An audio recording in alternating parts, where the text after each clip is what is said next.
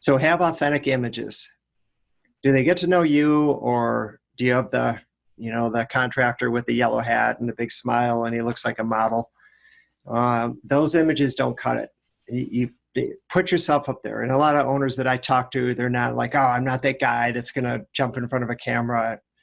Push yourself a little bit, but you need a picture of yourself, ideally a video, and pictures of your staff and pictures of your crews and your jobs and happy customers with the crews. Those are real authentic images. People want to see those. They help convert website visits to leads.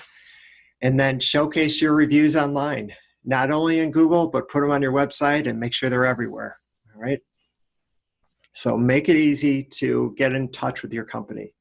Do not play hide and seek with your phone number. Try to save every single click. I always like the phone number on the top right-hand side, like super easy to read. I like it big. I like the call now. I like sometimes putting hours there so they know they're going to get somebody versus a recording. I like the open sign, lots of little things that you could do.